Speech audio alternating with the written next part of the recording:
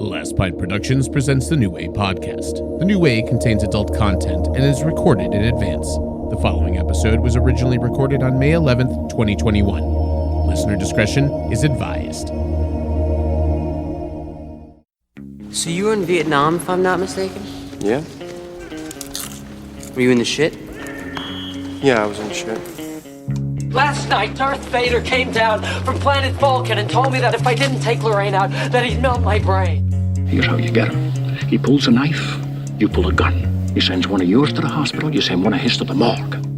We came, we saw, we kicked its ass. Everybody wants to be naked and famous. Everybody wants to be just like me, I'm naked. Will you help teach me about this? What is it? A new way? Hello and welcome once again to the New Way podcast, where we break down pop culture so you can just rest your lazy butts and not do any work at all. I'm your host, Matt Schenk, joined by my co-host, Mr. Benjamin Scott Wilson. I'm here.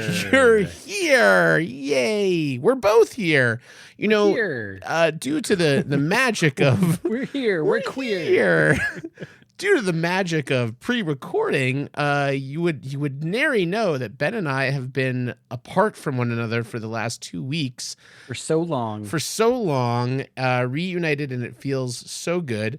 I was off gallivanting around the U.S., meeting and greeting some of our New Way fans in the flesh. Around these great United States of ours. That's all it was. It was the New Way apology tour. It was, I have expensed everything to Last Pint Productions, which has no money, so it doesn't really matter. I was wondering why I got that bill. I wish it worked that way. Yeah.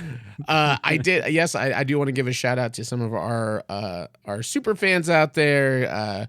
Mr. Casey August, Dr. Rick Bedoya, Mark Travellini, and then some of the others are casual listeners out there, but I did see them in the flesh as I traveled to Ohio, Chicago, Milwaukee, Pittsburgh.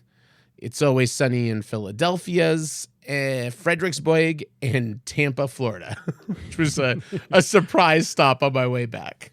Hopefully when you were in Pennsylvania, you didn't murder your dirter.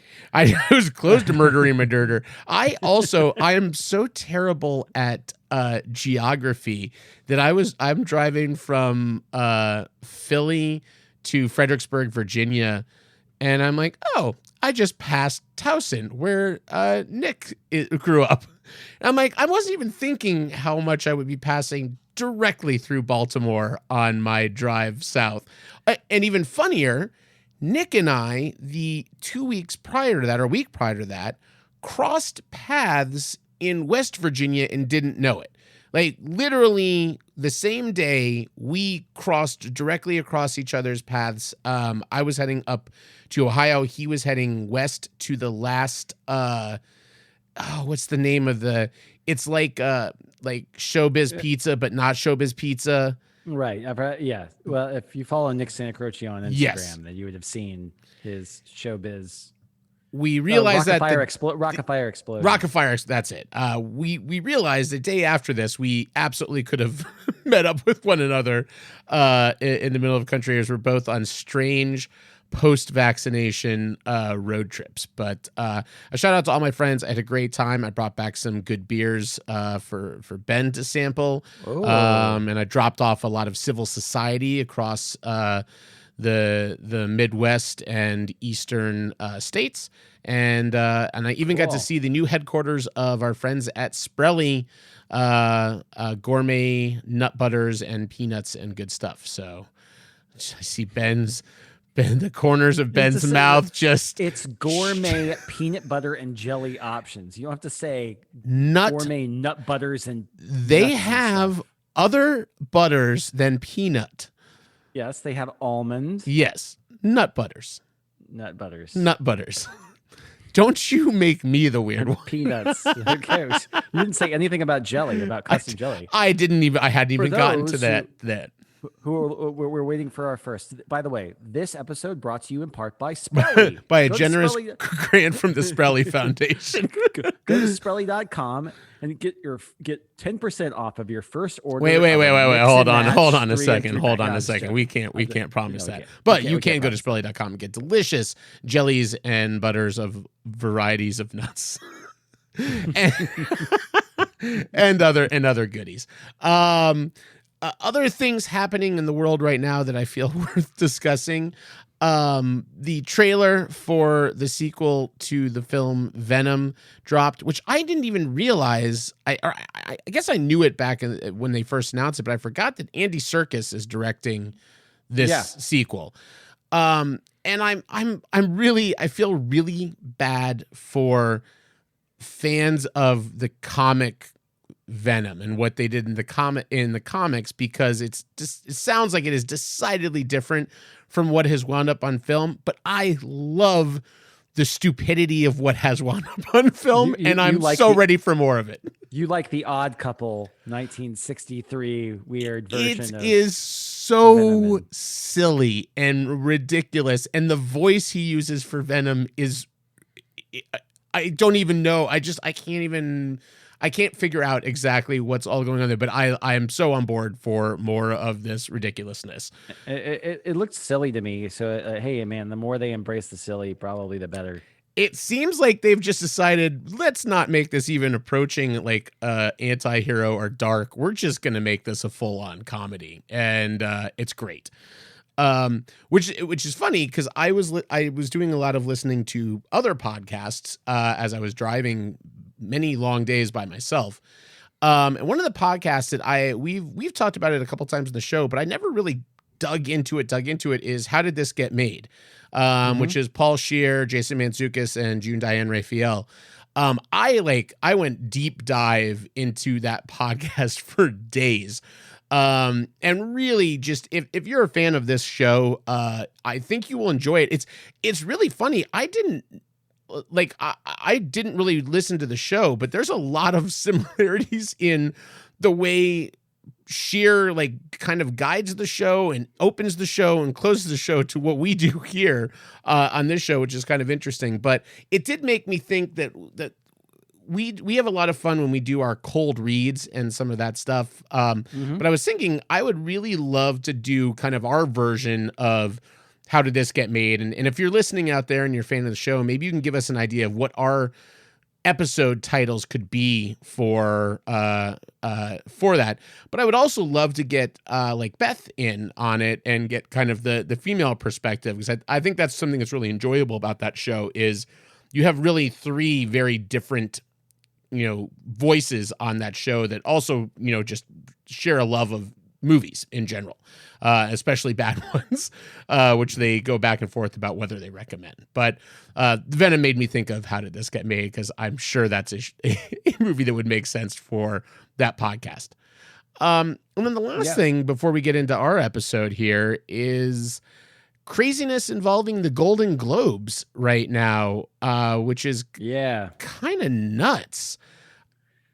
Yeah, so for those that don't know, the Golden Globes is under a bit. Well, so they've been under fire for a few years now because of sort of a lack of inclusion. They don't have a very diverse governing body. They have no people of color on the governing body.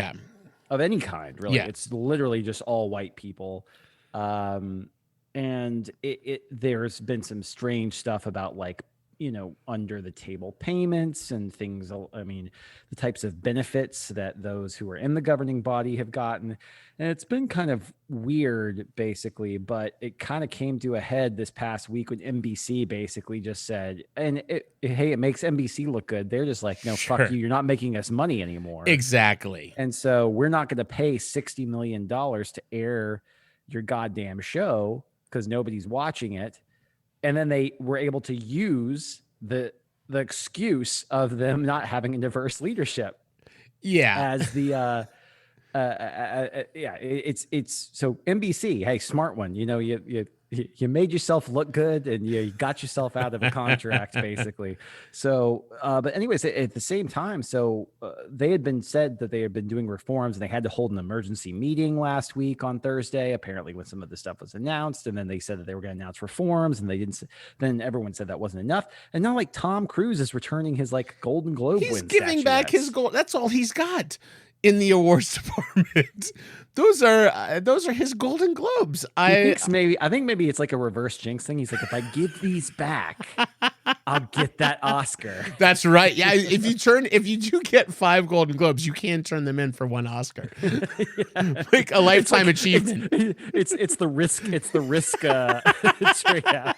As soon as you have the 5 armies, you trade him out for the horse. 5 of those, but you got to make it to like 80 years old, and they're like, okay, this guy got fucking 5 Golden Globes. Give him his lifetime achievement award. Give him gets a his lifetime Oscar. achievement. But yeah, so it's been interesting, but I assume that they're probably just going to blow the whole thing up, and some other network is going to end up paying a quarter. It's going to be like TNT or some shit like that, and they're going to pay $15 million, and it's going to be next year is going to be woke Globes.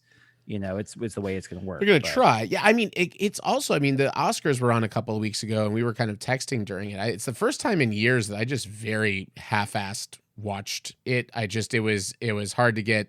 I hadn't seen a lot of the stuff, and then it was just a weird format and a weird, just everything about it was like, I've seen these, like the Emmys did a good job. Like I've seen shows do good award shows during pandemic, but the Oscars was almost like it was too far toward the end of the pandemic and the beginning of whatever our new stuff is, but still tethered to like trying to look like they're being safe. So it just came across weird, and it looked dingy in that room. It was poorly lit.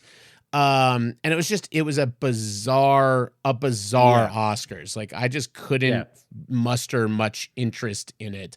So I think it's going to be really interesting for these award shows moving forward of like, I know every year they're always like, oh, award shows are in trouble because ratings, but like, I think they're legitimately in trouble at this point because. Well, I think that the Oscars are probably going to have a big year next year. And the reason why I think of that is first and foremost, you're going to have twice as many movies get released this year. Sure.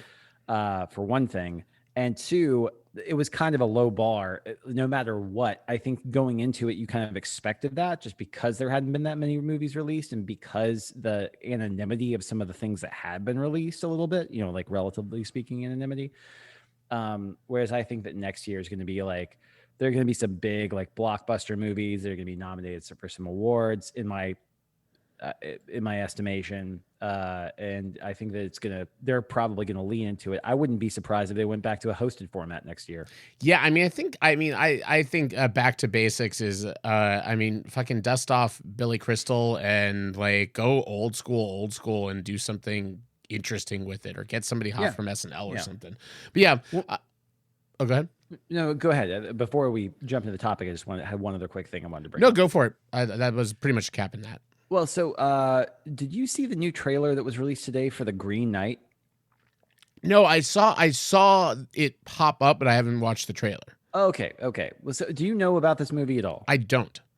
Have you watched any previous thing about it? I do not. You're going to tell me everything I've ever known about The Green Knight right now. Okay, so I'm really, really interested because this is a movie that was originally supposed to come out last summer, had a short teaser, which was very enigmatic. But I wanted to bring it up just because we've never really talked about him, and maybe it's worth its own thing, like with a group discussion with with Ryan and Nick and Patrick. But David Lowery, the guy who directed this movie called The Green Knight, which is a take on part of the Arthurian tale. It's not like a full-on King Arthur movie. It's literally about knight. I forgot what the knight's name. I think it starts with an H. One of the knights of the Round Table who fights like an elemental and then regales the king with that story. But it's this strange, like, I don't know. It looks very, if you watch the trailer, it's got some very fantasy-esque elements in it. But I would say, like, I just realized that the director who did it, because it looks very visually striking. I mean, it looks very high contrast, very interesting looking. Dev Patel is the lead. Plays Gawain. Gawain. Yeah. G. Not, yes. it was named. We were very close. One off. But then I realized I was like, the guy who directed that, David Lowery, has like the most interesting and weird filmography of any director I've ever seen. And I like everything he's done. He was kind of a film school dude who wrote and directed Ain't Them Body Saints back in 2013, which kind of jump started his career as kind of a writer director. He directed Pete's Dragon a couple years later, which is an excellent family Really good film flick. and Really good flick. really good, strong story. The year after that, he did the highly acclaimed and excellent film A Ghost Story, which is really just a fantastic movie. And then he did The Old Man and the Gun, which is a fantastic movie. And then he did this, which is another thing he wrote and directed. And it's like he's all over the place, but all of his movies have like a really high bar of quality. Like Pete's Dragon was way better than it needed to be. Old Man the Gun was fantastic. A Ghost Story was one of the more singularly unique movies I've seen. I mean, something that could have felt arty and convoluted. And the 1:1 aspect ratio that The Lighthouse later did, basically. And First Reformed. Yeah, and First Reformed as another one that did the same thing with a very similar aspect ratio. But I'm all of a sudden very interested in this movie, which has these fantastical elements of magic and giants and weird things like that. But it's like it looks super serious, like it takes itself super seriously. Anyways, yeah, that's become one of my more anticipated movies of the year now. So I will be watching for that one. And for his sure. next movie is a new adaptation of Peter Pan. Oh, another Peter Pan? Another Peter Pan. Good. No, I am interested. I'm always interested to see what someone can do with that property. It is just one of those. Like, is Peter Pan the most adapted thing Probably in our world? I think. It's a lot. But listen to the cast though. So Jude Law is Captain Hook. Okay. Alan Tudyk is Mr. Darling. Molly Parker, Miss Darling. Jim Gaffigan is Smee. Okay, you piqued my interest here. It's an interesting little cast. That they've done that pretty interesting casting stuff. is very exciting to me. and Peter, the kid who's playing Peter Pan, is like a nobody. It's like his fourth role or something. It's actually Peter Pan. This is a documentary. Now you know. Anyways, yeah, I can't ever muster up any excitement for Peter Pan, especially after the very excellent 2003 adaptation. Yes, just nobody saw it. Yes, that is with Jason Isaac. That is the definitive Pan. I mean, it really is. Jason Isaac kills that movie and everything about it. It's I forgot what movies he turned down to do that role because everybody said it was gonna be like the biggest movie of all time or whatever, and he turned down something like absolutely gargantuan to do that role, and it just tanked. It made like $12 million at the domestic box office. That is, hey, listen, he got that Harry Potter money and that Armageddon money. He's doing just fine. Oh, I'm sure he's got that Patriot money. He does the Patriot. I mean, Armageddon is obviously his finest performance, and lest we need to go into that in more detail. Patrick and I will be doing that on our new podcast. That's all Armageddon all the time. I wouldn't be surprised if Jason Isaac has made the most money off of Armageddon out of all the movies he's ever appeared in, just because of syndication and replay and Michael Bay make that Mark Wahlberg money, you know. I certainly hope so. That's all we can ever dream of. That's probably it. So, anyways, we had kind of picked sort of a quick and easy one to do today, and then I probably spent more time reading through this. This is maybe the most sneakily prolific entertainers we have ever covered on The New Way. He's a writer, he is a director, he's a stand-up comedian, and I'd argue most importantly, a producer of everything of a lot you have laughed at pretty much in the last 20 years. And 30 years. Yeah. And we're talking about Judd Apatow, and I really want to go through his background before we start going into his individual stuff, because he has maybe like this slowest burn of kind of his background is really that of someone who has studied comedy throughout history and really met people and learned from them and basically adjusted his craft based on a lot of people that he has kind of looked up to. And he started, influences are Steve Martin, Marx Brothers. Go ahead. I think it's good to mention that. I mean, so he grew up in comedy clubs in New York, Yes. in Queens. And so basically he thought, he's like, hey, I want to be a comic or whatever, and realized very quickly he wasn't that great at being a comic.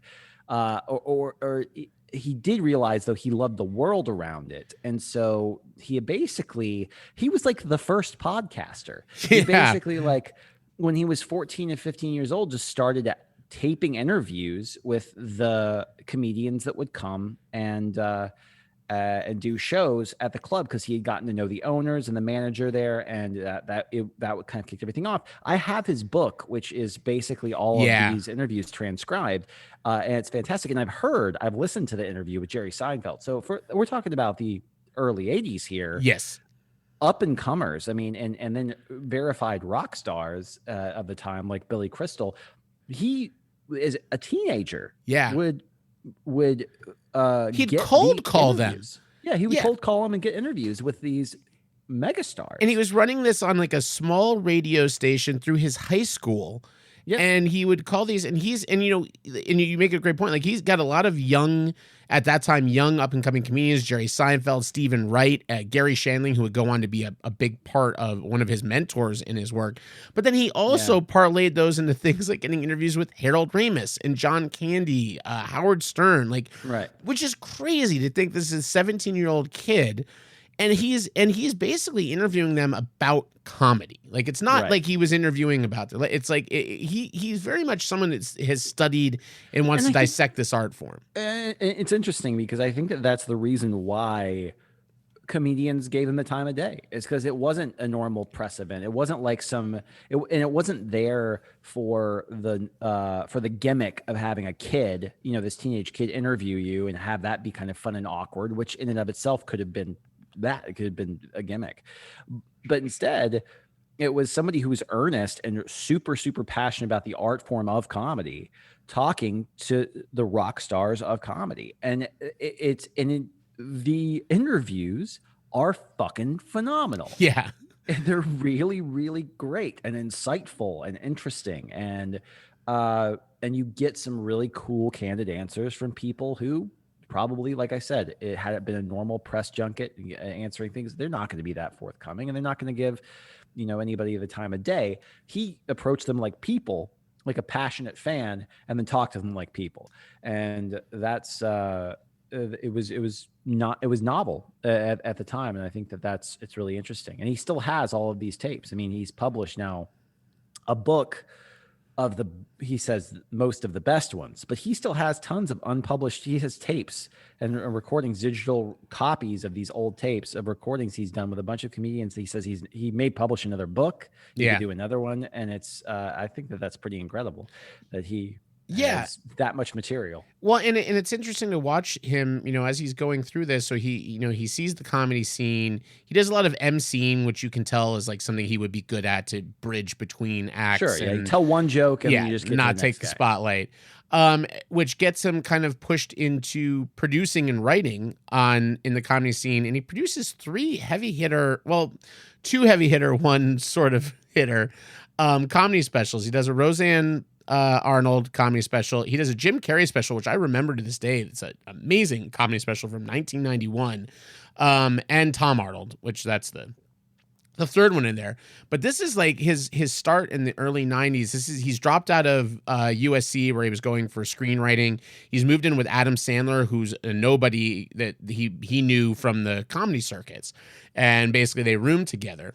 But then he does a writing gig for Gary Shandling, who's hosting the Grammys, and he gets in with Shandling, and that kind of, I think, leads to one of his biggest early pieces of work, which is working on the Larry Sanders Show. And what's really amazing when you go through his filmography and his producing and writing side, outside of his directing, which he doesn't really get to feature film directing until we're 15 years before that at this point in his career.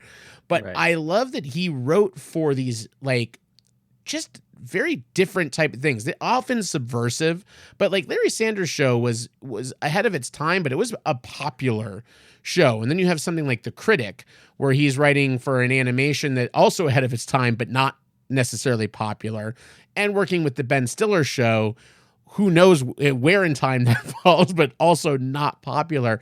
But it's like every one of the things you pick out in his early career, somebody that's a comedian today is talking about that as an influence on them growing up. There were only 13 episodes of the Ben Stiller Show, but people still talk about like how that was just way ahead of its time. I mean, had that come out 10, 15 years later, it could have been a hit, but I think the only thing he's missing is Mr. Show. Like literally, you go through almost every one of the most influential things. He's had a hand in it, other than that one. Well, so I mean, he's doing all of these kind of variety shows, and he continued to work on the Grammys, I think, until like 1997. He did the Grammys every year and was a producer of that. But I think his first kind of foray into like mainstream movie making basically was Heavyweights, which is written by him and executive produced by him, and wasn't a big hit at all. Well, it wasn't some huge cultural thing, but was one of those movies that picked up enough steam on video. I remember, every kid owning that VHS at some point. Yeah, it was one of those things that's like, as soon as it went to like the $3 bin at Blockbuster, where you could pick up the used video, like everybody bought Heavyweights. Even his, he has a couple of, it's hard to call any of the things in his career stutters because they all seem to just kind of pile up and get him to where he is. But he does Heavyweights, which I'd say is like a moderate hit, kind of cult classic. There's a movie called Celtic Pride that he wrote with Colin Quinn. That's Daniel Stern, Dan Aykroyd. I saw that movie when it came out on video. Did too. I rented it. Yeah, it's a whatever movie. But that same year he gets on The Cable Guy, which he had a much bigger role in than apparently is kind of led on, because he rewrote most of the script. The script was a one-time screenwriter, Skip Holtz, which is very funny, and who had come up with the whole pitch and everything, and he had actually made it really dark.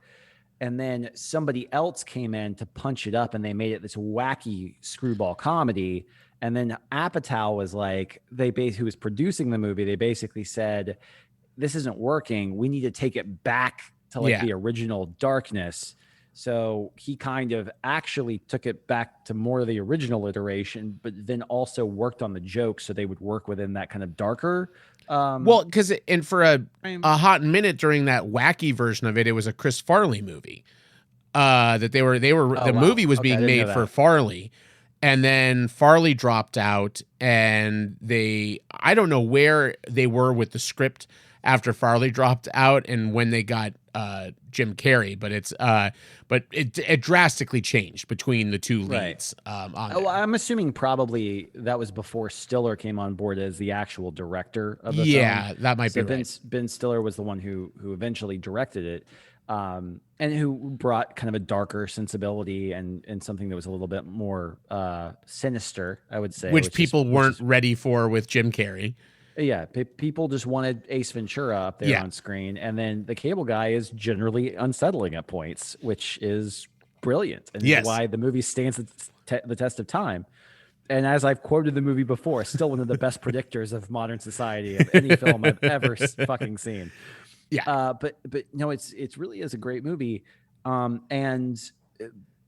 apparently when it was brought back to kind of that final iteration, there are whole sequences of that movie that didn't exist anymore that basically Apatow wrote. The whole karaoke scene, the party scene where they're like the whole thing with the stereo, that was all Apatow.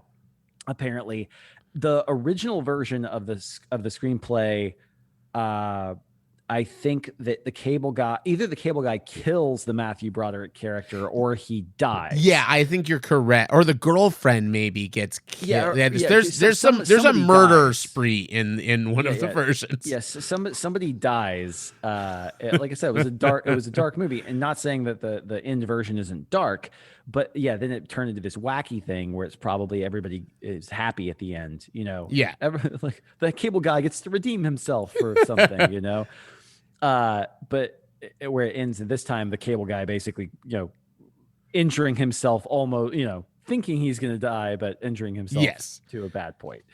And it's interesting. So you've got these three movies, these films that he works on as a producer / writer, Heavyweight, Celtic Pride, and Cable Guy, and they're all like critics. A lot of people liked, maybe not Celtic Pride, but Cable Guy and Heavyweights had some kind of critical steam behind them, but they were box office failures. So in the meantime, he's still writing and producing on Larry Sanders' show.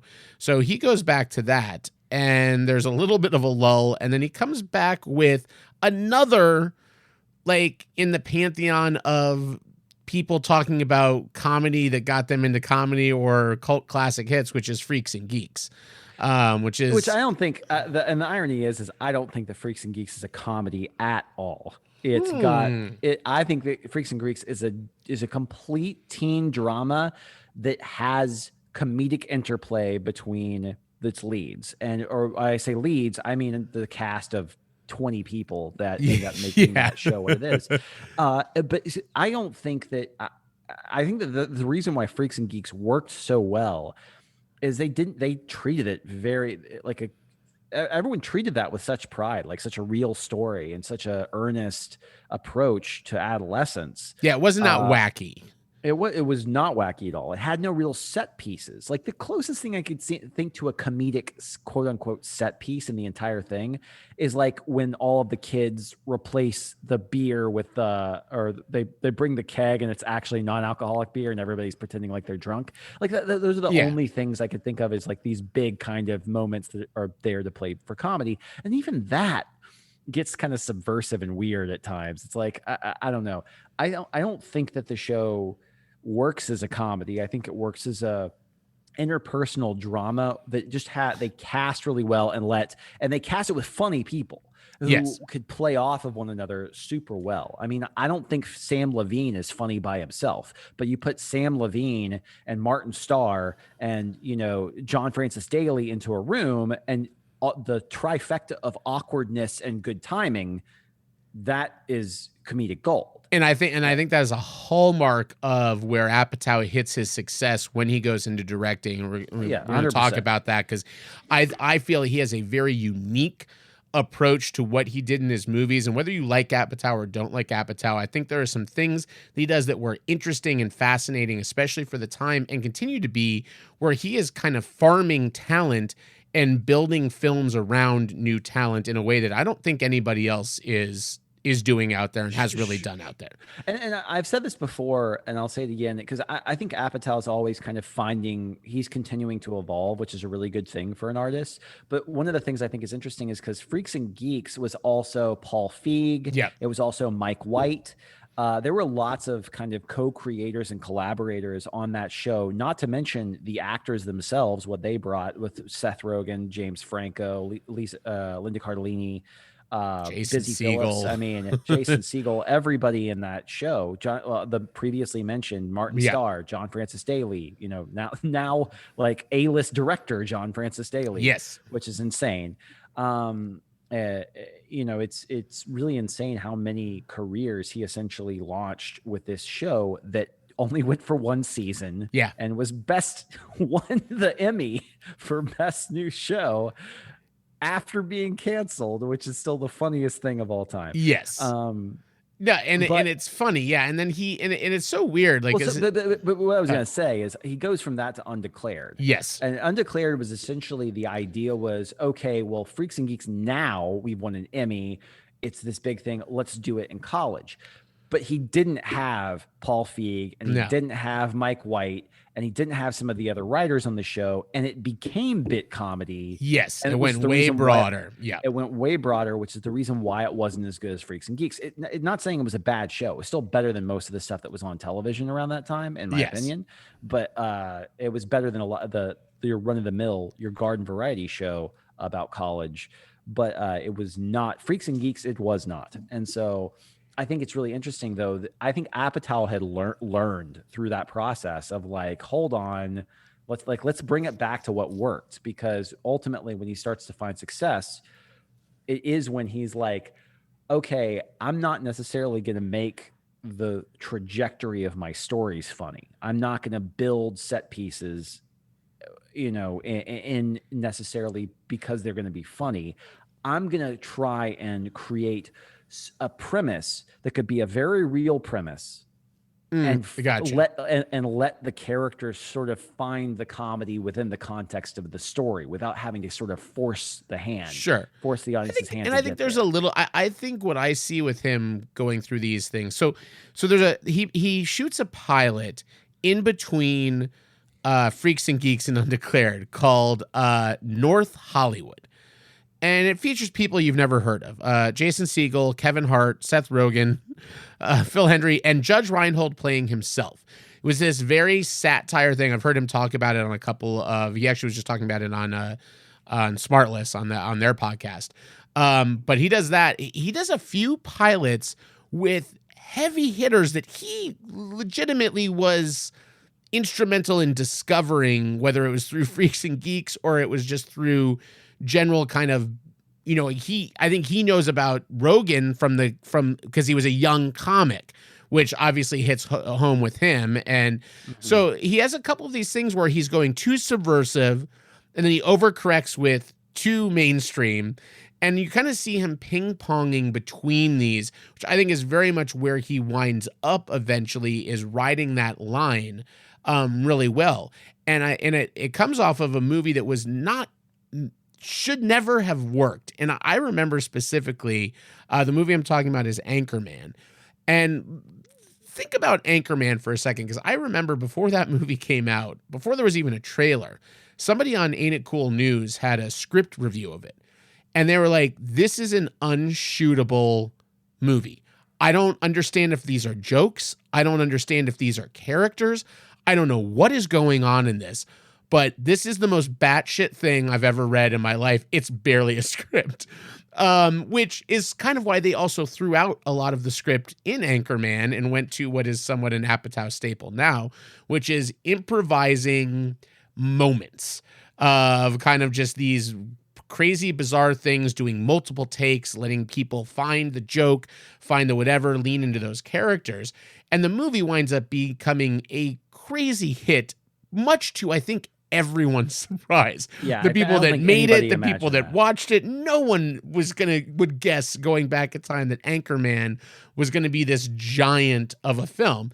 And it was. And Anchorman's what basically gets him the clout to direct. Now, we're finally getting to his first feature film directing debut. This is in 2005. So he's been knocking around in Hollywood for 15 years.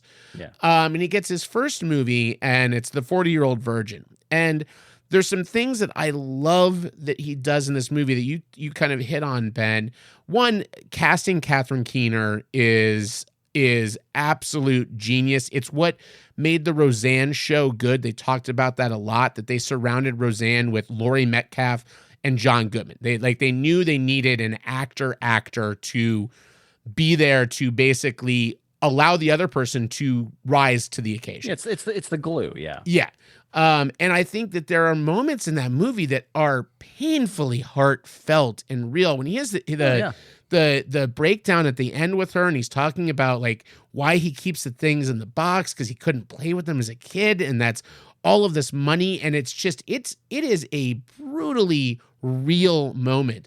And I love that is sandwiched between these ridiculous gross out jokes and this very frat boy humor. And I think that it really was kind of the gold mine to hit both of those, because that movie didn't just succeed with the frat boys. Like men and women went to that movie.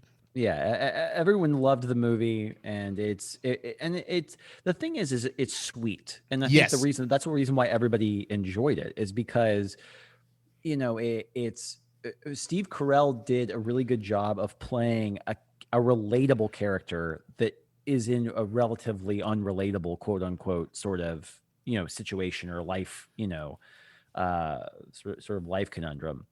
And it's, the interplay is done really well. the characters are all pretty well built. I mean, it just kind of allows the characters, the people who play the characters sort of exist within the universe. And of course, you get like little, bits and pieces of a bunch of great character actors and a bunch of people that, Apatow had worked with later. Kevin Hart, Yeah, and this is a decade before Kevin Hart hits it and big as well. It's kind of crazy to think about. Yeah, there's some excellent. There's some excellent little bit parts in that movie. Small and his wife Leslie Mann, who they met on The Cable Guy, and were married soon after that. She has a great, still one of the more quotable roles in that movie. Every part of her entire performance is quotable. It's so. If you were dating in the 2000s, the relatability to that scene, like, because that's one of the scenes that feels more fantastical and broad, and I'm like, oh no, I am very familiar with this. Is the scene I relate to most in this movie. I've been on this terrifying date. It is awful. Having a girl throw up on you and then just be like, we could still have sex. We could still, and you're like, nah, I'm okay. I'm all right. Carell's response to that is actually what just makes it that. But he's like, I think I'm gonna pass on the sex. Well, and I think the other thing that Apatow does in that I think he's also done in the rest of his movies. And it's one of the biggest complaints I always had. And there's a movie I always want to go revisit, which is Napoleon Dynamite. I've watched it literally once. I remember just very much. My biggest problem with it is I felt that the film was constantly making fun of that character. Like, I felt they weren't on that character's side, and I felt that character was so innocent that it felt mean to me. And the 40-year-old version does a very good job of not. There are jokes about him, but they're not at his expense. They're more of like this situation. You do feel this sort of emotional pull. And I think that's something, I'm sure Apatow in his years of studying was watching James L. Brooks movies and Mike Nichols movies and some of these guys before him that really two people who he really looks up to. Mike Nichols especially. Yeah, and you can see that in what he's trying to do, even if his stuff is a little broader and a little bit raunchier. Yeah, and the same thing because obviously I would say his because 40-year-old virgin was a bona fide hit, but you never know, it's that first time luck. Sure. You got to have a guy who has a well-established reputation in Hollywood as a comedy writer, puts together a good script and a lightning cast. They make 40-year-old version. It's a runaway hit. It's really great. No, he comes back and makes Knocked Up, which is twice as big as 40-year-old virgin. And he produces Talladega Nights the year before, which was another huge movie. And also kind of, you start to see him take some of these producing gigs that he's doing where you're just watching him have a hand in these other people's careers who he's worked, he now has a shorthand with Will Ferrell. He's worked with him on Kicking and Screaming and Anchorman. And now, okay, I'm going to produce Talladega Nights. And who knows? And it seems like Apatow is a very hands-on producer in most of these properties. So you can imagine it's not just like somebody's name just got attached to it. He's in those movies. One of the reasons why he only directed a movie every couple or to 3 years at a time is because he was producing like 4 movies a year. Yeah. I mean, he was working a lot, and that's, and it's great because you can feel, a lot of times you can feel his fingerprints, like Superbad, definitely feel the Apatow fingerprints on that. The weirdly broad stuff and the very strange stuff like Anchorman and Talladega Nights and Walk Hard, which are all just super broad, silly, stupid comedy where it's obvious like you're just going for bit jokes. I mean, and Superbad doesn't exist. Superbad was an idea that Seth Rogen told him about when they were doing Freaks and Geeks. Like I wrote Seth and Evan and written it. Seth Rogen and Greg Mottola had written that together in high school. They wrote that. Or Evan Goldberg and Seth Rogen. Was it not Greg Mottola? Mottola wound up directing it. Maybe he did write on it as well. Oh no, maybe you're right. Maybe because it's Seth and Evan are the two. But what was funny is it was originally being written with the idea that Seth would play Seth. He was going to play that. Right. And then by the time they kept trying, and they couldn't. It wasn't until Apatow hit it with Knocked Up that the studio's like, fine, you can make this, go ahead and make this movie. And Rogen's like, I'm too, I can't play high school. Yeah, right. I don't think he could have played high school back in high school. Right. And I know he looks too old. He looked too old in Freaks and Geeks. He did, yeah. But no, well, then the irony is that I think Jonah Hill was like 22 or 23 when they filmed that movie. He was much older than Michael Cera, who was actually like 18. And that's a great movie. But yeah, and you see also these ones, like something like Talladega Nights is obviously this very broad farcical movie. Same with Walk Hard, which is an actual parody. But then Superbad is a movie full of a lot of heart. You can see that, you know, that I'm sure is an Apatow note to make sure that you care about these characters.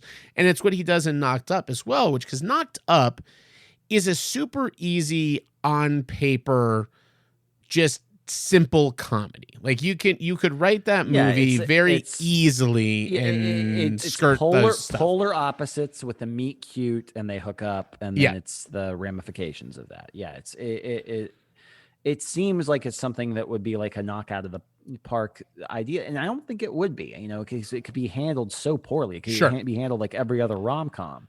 And what makes it work is kind of the world that exists around the main characters. And so much so that, I mean, so, you know, you end up having Katherine Heigl, who is the female lead of Knocked Up.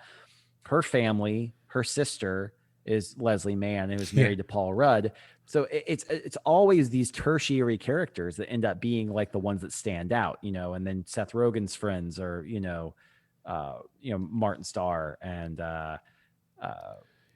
Jonah Hill and Jay Baruchel. Jonah Hill and Jay Baruchel, who are all very funny and very, neurotic in the movie. And that became kind of Apatow's thing, is he would do a movie and then he was always like, well, I'm going to grab this guy that I've been watching on these in the wings on these things, and we're going to make a whole movie with them.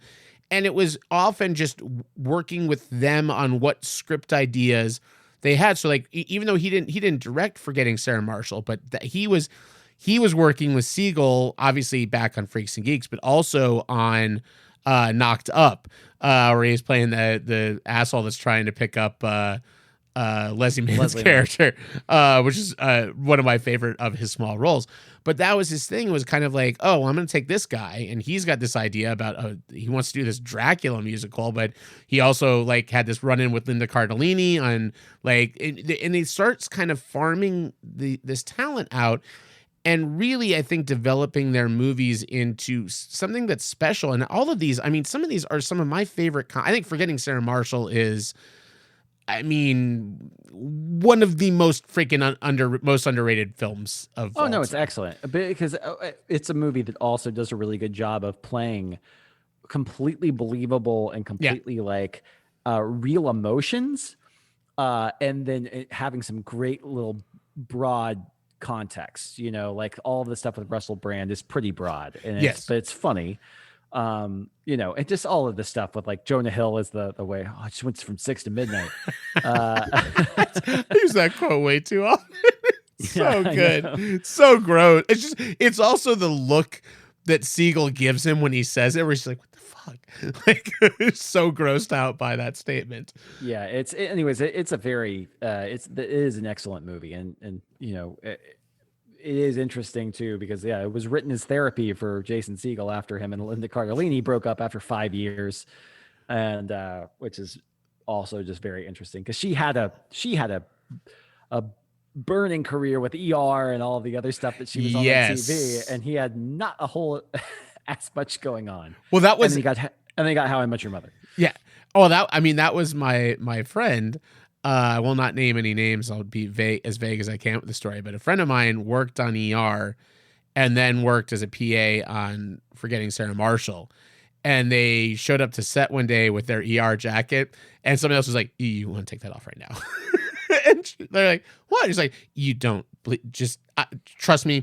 It wouldn't be a big thing, but you just don't wear the ER jacket around set. Probably not a great idea, which was sort of hysterical to me. That is funny. But Anyways, skipping, and I'm not going to skip Funny People because obviously we'll talk about it really Yes. quickly, which is an interesting, very interesting movie.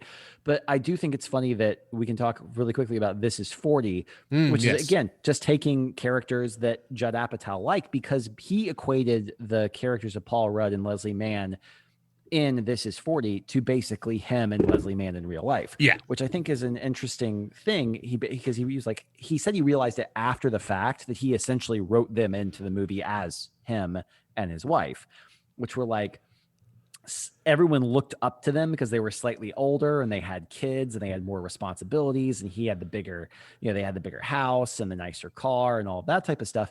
But ultimately they were both just super insecure people and very,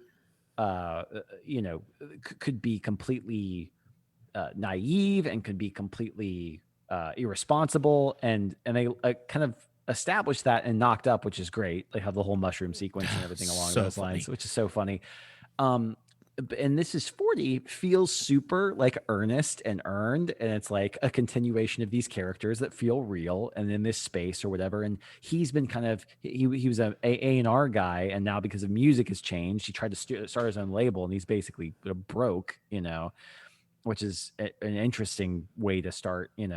It's an interesting thing to leverage the relationship. Yes. Well, and I love that, like, I don't consider all right, with one exception, and I love that this movie, the sheer fact that this movie pops up on our list so often because so many great people were involved with it and it was so terrible. But with the exception of Year One, I don't feel that that Apatow's ever not succeeded in what he was setting out to do. So I know, like, This Is 40 is not for everyone, but I kind of love that because it's, first of all, it's taking a set of trope characters that are never explored as the main people of the movie and making them the leads of the movie, which he's been doing his whole career with these actors.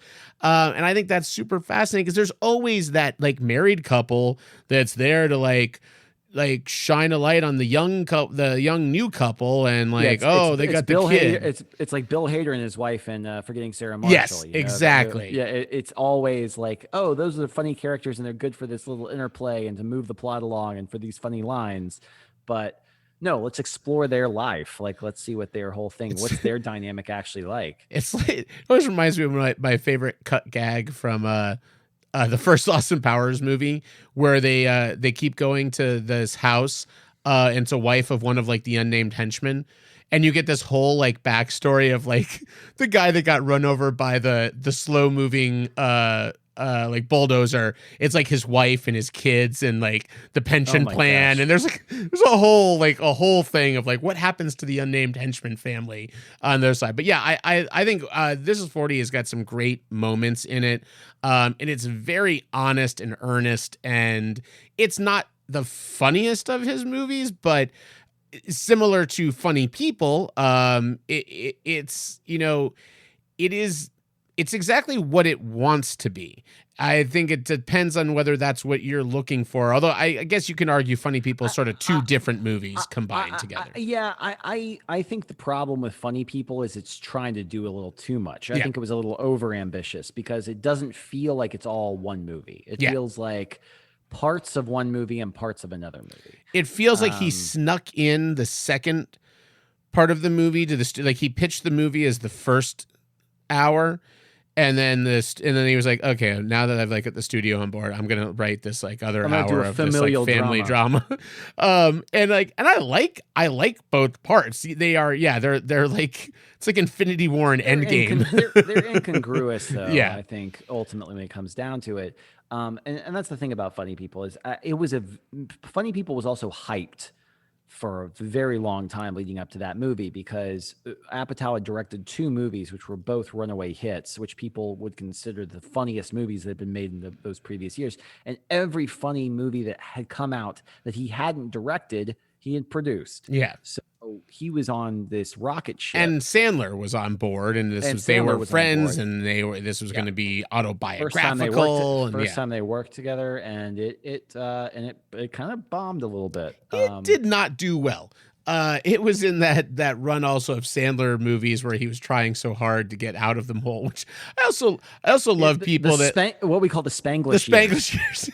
I also love that people like give Sandler such a hard time for going and doing like the movies with his friends. And I'm like, dude, if you did 6 years of films with like great directors and they're just, you got shat on for everyone, you'd be like, fuck it, just write the next movie in Hawaii. I'm gonna go hang out with Schneider and Spade and like what am I doing here? I'm not getting any younger. Yeah, we'll have a good time and we'll make a lot more money. Exactly. Yeah, and everyone can get bitch. They're gonna hate me either way. I might as well have fun and they hate me versus like do another Grown Up sequel. Yeah, go ahead. Anyways, that. Yeah, I don't want to jump over it just because I think that knocked up in 40-year-old or not 40-year-old version, but This Is 40 have obviously that strong correlation. I would say Funny People as a director is probably his biggest misfire, just because I think again it's kind of incongruous. It doesn't really feel like it's two parts of the same movie. That said, if that's your worst movie that you've directed, that's not that bad, because then after he did This Is 40, 3 years later, he did Trainwreck, which was another huge runaway hit, success, star-making turn for Amy Schumer. And, great performances by Bill Hader and Mr. LeBron James. And LeBron James knocking it out of the park. Maybe one of the best athlete performances I think we've had on film. Yeah, it's super, absolutely natural. Like he is legitimately funny in that movie. He's probably, and this is a really weird thing to say, and I didn't think I would feel like this coming out of my mouth.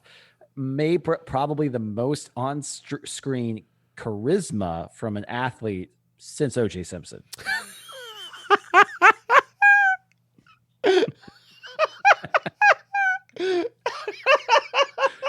I was not expecting. You are not wrong. I'm not wrong. I was not expecting you to go. We could have gone airplane. There are a lot of places we could have gone on there, but Naked Gun. Whew, yes. My goodness. Well, thanks for listening. We got no.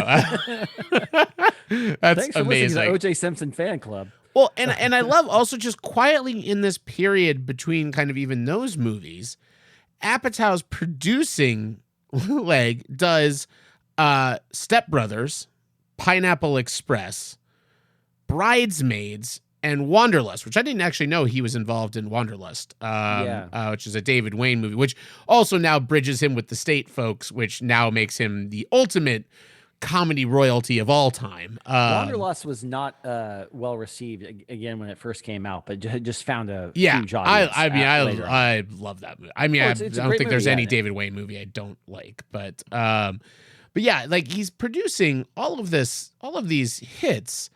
And it's amazing, like to see a run like this. I mean, and obviously Bridesmaids reunites him with Paul Feig, and like that's like that's a thing. But it's just all of this. It's always sort of this new talent that is getting a chance to succeed, and doing a pretty phenomenal job of it. And Trainwreck follows that same thing of taking Amy Schumer. She's an up-and-coming comedian. What's his most recent movie? King of Staten Island. Exactly. Same deal. Taking Pete Davidson and basically allowing Pete Davidson to tell the Pete Davidson story in a way.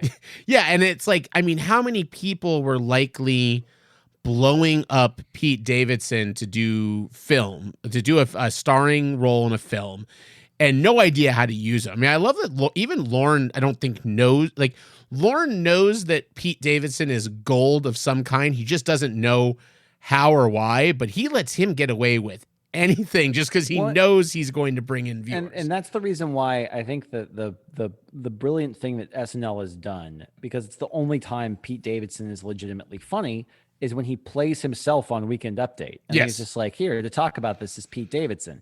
And he just lets him riff because Pete Davidson's a comedian. Yes. He's not an actor. He's not good at impressions, particularly. No. He's not really good. He doesn't even particularly have great chemistry with other cast members. No. he's funny when he talks. Yeah. Because he's weird and strange. But I think Lauren also knows that he can throw him in a cold open as like Steve Mnuchin and like no one cares that's of a certain age, but the young viewers he's going for do, and that's kind of the genius. Like, just throw this tall. Like, it's not like you can put makeup on Pete Davidson and you don't know it's Pete Davidson. He's just fucking stick. It's always looks like Pete Davidson in some kind of costume. No, but yeah, anyways, yeah, you're right. He kind of minds, people who are young and talented and have this, comedic background. Obviously, Amy Shooter, comedian, Pete Davidson, comedian. It goes right back to kind of his love of comedy and his love of stand-up. And one of the things that is interesting about Apatow is in 2018, he started doing stand-up again. He hadn't done it for his entire adult life.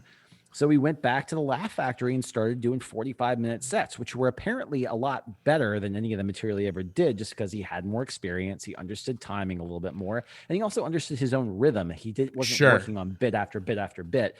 He was more along the David Cross lines of like, it's fine setting up a joke for 4 minutes, as long as when you get to the payoff, it's worth it, or that you're able to string them along and keep it interesting enough that when it gets funny, it's fine to be funny. Yeah. And I mean, and it's not, and he's doing that. He was also at that time putting together, and if you have not watched it, the amazing Gary Shandling documentary that he did. That's just, God, it's fucking phenomenal.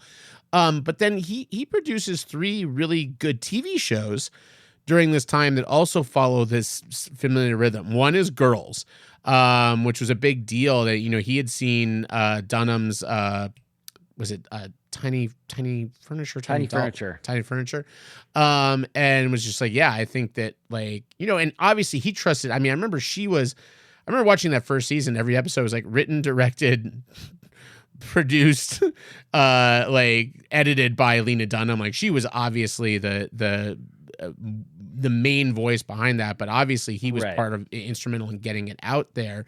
And I'm sure, kind of, you look at a lot of the cast that came through that show, that's not just her. That's Apatow kind of feeding a lot of people. Apatow is definitely, I mean, if you just look at the track record, Apatow finds unreal talent in all of his projects. Adam Driver. Adam Driver being one of the more recent ones that is basically his first major role was on Girls, and Adam Driver 10 years later, yikes, you know, 9 years later. Yeah. It's crazy how big Adam Driver is now. And then he did a show that I loved, which is right in his wheelhouse, which was Crashing with Pete Holmes. Yeah, well, he's directed. It's funny because he's directed more episodes and written more episodes of Crashing than I think any other show he's ever worked on. But that's because it's about stand-up comedy. Exactly. Like, it's such a perfect marriage of the two of them, because you've got this really interesting story with Pete Holmes, who basically grew up very religious. Well, and the irony is that Pete Holmes is kind of it's pseudo autobiographical, the show Crashing. And if you haven't watched it, it's a very great show about a married man who is very religious, very sheltered, and then but he's into comedy, loves comedy, and then realizes that his wife is cheating on him, and it turns into sort of a crisis of his life. His life kind of unravels. And he ends up sleeping on a bunch of people's beds, and that's the reason why it's called Crashing to begin with. And it has multiple meanings kind of thing as it goes along. But the show is fantastic and really feels earnest because, one, it is semi-autobiographical and very much Pete Holmes' story. But I think the better thing about Crashing, really to me, is that, despite the fact that it features comedians, it's constantly a barrage, kind of in and out of very famous or varying levels of fame, I think. Yes, comedians and sort of their interplay and their inner workings. But you get kind of a behind the scenes sort of look at what it is like to be a comedian, whether it's a busking comedian, somebody who's trying to just get a 15-minute slot at a shitty comedy club, the college circuit, to touring comedians, to people who actually have a little bit of money and a little bit of cachet. It's really interesting, sort of dissection of that world. To the church circuit. The church circuit thing was one of the funnier. Well, the church and then the synagogues, where he's doing the temple circuit. the temple circuit, which it's all just brilliant. And I think that, like I said, it's a great marriage of obviously Pete Holmes's autobiographical side, and then also Apatow's autobiographical side, with him being kind of that person who was so immersed in comedy at a young age, and being able to kind of bring that passion to that side of it. Yeah, and watching the comedian, you got a lot. You've got Mulaney shows up poking fun at himself pretty decently. They're not always playing the best versions of themselves. Yeah, Bill Burr has a pretty good turn in the show in one episode. But it's just got great bits. Which, and you look at Bill Burr, he works with on Crashing, and then brings back in King of Staten Island, in a very serious role that he knocks out of the park. Yeah, he does a really good job with. I forgot who was the comedian at the end, the last episode of Crashing, the one that he sees at the bar, or maybe it's the penultimate episode. I know the big one. The big thing was Mulaney in the last season was a bit. No. So it was the next to last episode. He's like going into the club and he sees him outside. It's just a very quick scene. I forget. I forget. It was like it's somebody like Seinfeld. I mean, it's a huge. It could have been Seinfeld. I don't think it was Jerry Seinfeld, but it was somebody along those lines. It was somebody who's huge. I forget who it was. I can look at the. It's either the last episode or the. So the last episode is Mulaney. Let's see who else is in it. That's one where he does the show with Mulaney in the last. Yeah. No. So it was the episode before that or the one before that. Yeah, it's in the last season for sure, because there's a Schumer. No, it wasn't Schumer. Yeah, I don't know. Yeah, I'd have to. Somewhere in there, we have to really dig into this to get to that. I do love how his career has been so cyclical, and it's kind of come back to these kind of comedy roots, stand-up roots. Yeah. Basically, when it comes down to it, I think that's because he's introduced a whole lot of that, even in the last movies that he's working with really esteemed and pretty perfectly timed comedians. Yeah. And their own stories, basically, kind of as a framework for their own stories. Well, and I think also growing up, a little bit in what he's doing, and I know there was a little bit of beef between him and Mike White, and Mike White thought that he was selling out's not the right term. He just thought he'd kind of he was mired in the juvenile behavior and how he was writing women and the kind of jokes he was making and stuff, and especially with the LGBTQ community, which I get. I mean, listen, the 40-year-old version has the whole how I know you're gay back and forth, which is that was 2005. I'd be lying if I said we did not make the same jokes. Most guys made the same jokes a lot of that time. It doesn't excuse it, but it's not like he kept doing that scene in every movie. How do we work in the gay routine into this our train wreck? I mean, I can believe it, but I just think it's so him and Mike White had some falling Mike out over White that was vocal. I don't know if that's because Mike White wasn't. I mean, Mike White's had a great career. I like Mike White's stuff quite a bit. So I don't know. Obviously they work together on Freaks and Geeks. So I think there's this period where, Mike White goes and does School of Rock, which is a great movie. I guess maybe there was just this idea that Apatow was just so big and so broad, and probably also there was a lot of that nonsense with Katherine Heigl as well, about whether or not she was happy how she was treated in the movie, or she was unhappy, or how her character was written. Yeah, that was right around the time that Year of the Dog came out. Yeah, Mike White's first directorial debut with Molly Shannon. Anyways, I think there's something to it. I've also watched. Apatow has been very philanthropic as well, for a lot of amazing causes. It's something that I didn't really think about. I just threw a name out when we were trying to figure out what to do for this episode, and then just going through it, it's someone that's you started in the A's, and you were like, Apatow. You went through your Rolodex. I did, and I was number one with a bullet on the list was Apatow. You're like Antonio Banderas, Apatow. There we go. Yeah, much better idea. Yeah. Oh, and this will be a nice little capper on this. He also, way back in the day, wrote a spec script for The Simpsons that eventually got produced in 2015 after he, I guess, had proven himself enough at that point, but actually had his first episode of The Simpsons produced, but something he had written back when he was, a starving artist, a young, non-famous Judd Apatow. That's funny. A super interesting guy. I definitely recommend. Crashing is probably something you haven't seen. I would recommend watching that. The Gary Shandling documentary is great. He's producing one right now on George Carlin, which is very exciting to me. So I think Kevin Smith is involved in that one too. Oh, nice. Kevin Smith and Judd Apatow. Oh yeah, that's right. I remember. Because Smith some of the last movies Carlin did were Dogma and Jersey Girl. Carlin was in every Kevin Smith movie in some small role. Yeah. Until he passed. Well, yeah, after Dogma. After Dogma. Yeah. Yeah. Oh yeah, that's right. 'Cause he's the hitchhiker. It's the way of the road. Yeah. And Silent Bob. Always a classic. I want to thank you so much for listening to this episode of the New Way Podcast. We're back with episodes weekly as we are able to.